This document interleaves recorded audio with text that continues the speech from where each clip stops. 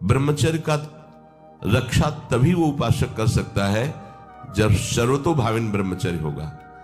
एक जनेन्द्री के ही ब्रह्मचर्य की पुष्टता का जब आप लक्ष्य कर लोगे तो उसकी पुष्टता के लिए आपको सर्वतोभावेन ब्रह्मचर्य धारण करना पड़ेगा।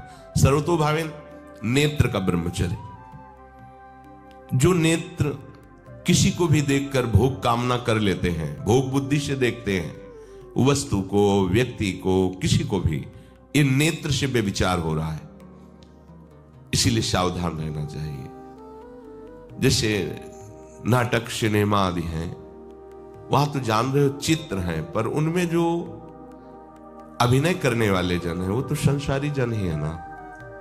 उनका पहनावा, ओढ़ावा, हाव भाव, अंग प्रत्यंग, अगर आप भगवत भाव से युक्त है तो संपूर्ण सृष्टि में कहीं भी दृष्टि जाए अपने प्रभु की भावना होती है, पर वहां तक पहुंचने के लिए आपको ये त्यागना होगा ना।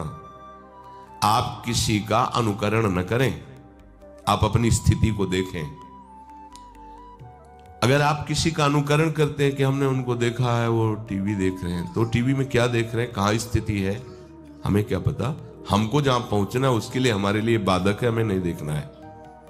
अगर आप माना कि कोई नाटक ही देख रहे हैं, कोई ऐसे सीरियल ही देख रहे हैं, और उसमें अभिनय करने वाले तो संसारी भोगी पुरुष ही है ना, आप कोई त्यागी जितेंद्री महात्मा को थोड़ी देख रहे हैं, तो उस देखने में तन्मयता आती है। जिसको हम देखते हैं उस पर हम आसक्त होते हैं, तभी तो उसका सुख दुख अनुभव होता है।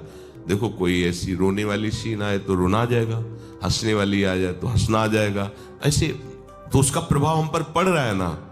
तो हम किसी के अभिनय करने वाले के अंग प्रत्यंग को देख रहे हैं और वो कामुक होकर कोई काम चेष्टा कर रहा है या कोई ऐसा, वो सारा का सारा मन कवर कर रहा है आपका, और एकांत होते ही फिर जो मन अपना मनमानी करवाएगा आप नहीं सह पाएंगे।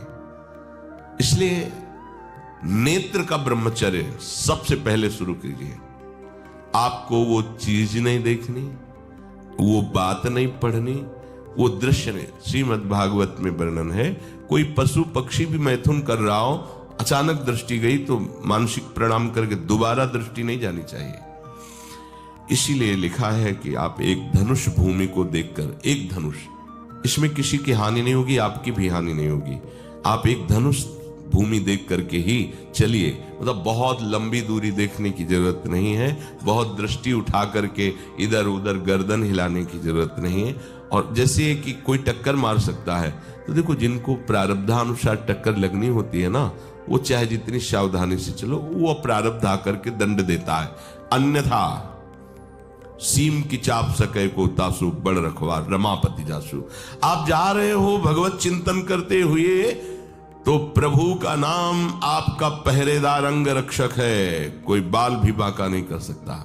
आपका प्रारब्ध यदि आया है, प्रभु से पास हो गया है कि आपको ये दंड मिलना चाहिए, फिर मिलेगा। आप निश्चिंत रहिए, निर्भय रहिए।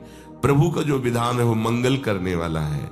देखो इतने बड़े महापुरुष पूज्य श्री राधा बाबा, श्री आद्याशक्ति भगवती की प्रसन्नता की आराधना कर रहे हैं, क्योंकि श्री कृष्ण हमारे पति हों, इस सिद्धांत की पुष्टता के लिए।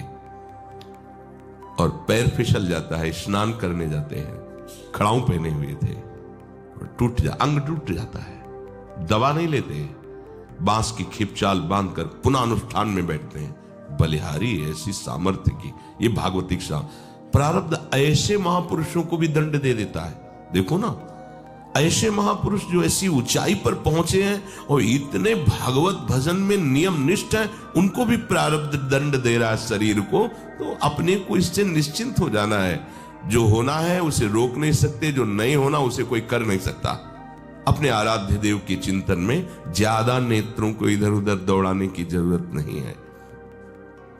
नेत्र का ब्रह्मचर्य, फिर वाणी का ब्रह्मचर्य, बहुत बड़ा प्रभाव पड़ता है इससे। यदि आप जवान से अश्लील बातें, गंदी बातें, कामुक बातें करेंगे तो आप ब्रह्मचर्य रह ही नहीं सकते। अगर आप वाणी से परस्पर शरीर आकर्षण वाली बातें करेंगे, उसको देखा तुमने क्या, बस आप गए। चाहे वो स्त्री शरीरधारी साधक हो या पुरुष शरीरधारी, परस्पर आकर्षण संबंधी यदि वाणी खुली आपकी, तो वाणी के व्यभिचार से आपका जनेन्द्री का व्यभिचार प्रारंभ हो जाएगा, आप रोक नहीं सकते, नहीं रोक सकते। इसलिए वाणी से भी कोई ऐसी वार्ता ना कीजिए जिससे आपके अंदर काम वेदना बढ़े। श्रवणेंद्री का कान से गंदी बातें, व्यभिचार की बातें, कामुक बातें सुनना जिससे हमारे हृदय में कामना जग जाए, बिल्कुल नहीं।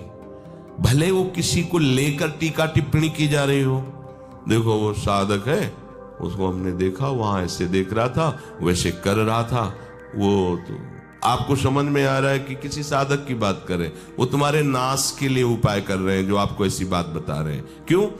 क्योंकि आप भी तो साधक हैं। श्रवणेंद्री का व्यभिचार हो रहा है। आराध्य देव के सिवा और कोई बात कान से सुनना उसे व्यभिचार कहते हैं। इसलिए महाप्रभु कहते श्रवण फूटो जो अन सुनो। ऐसा हमारा अगर कान कुछ और सुने तो फूट जाए, नेत्र कुछ और देखें तो ये नेत्र नष्ट हो जाए, वाणी कुछ और बोले तो मुख हो जाए। हमारी श्रवणेंद्री का व्यभिचार नहीं होना चाहिए। धर्म की बात, अपने आराध्य देव की बात,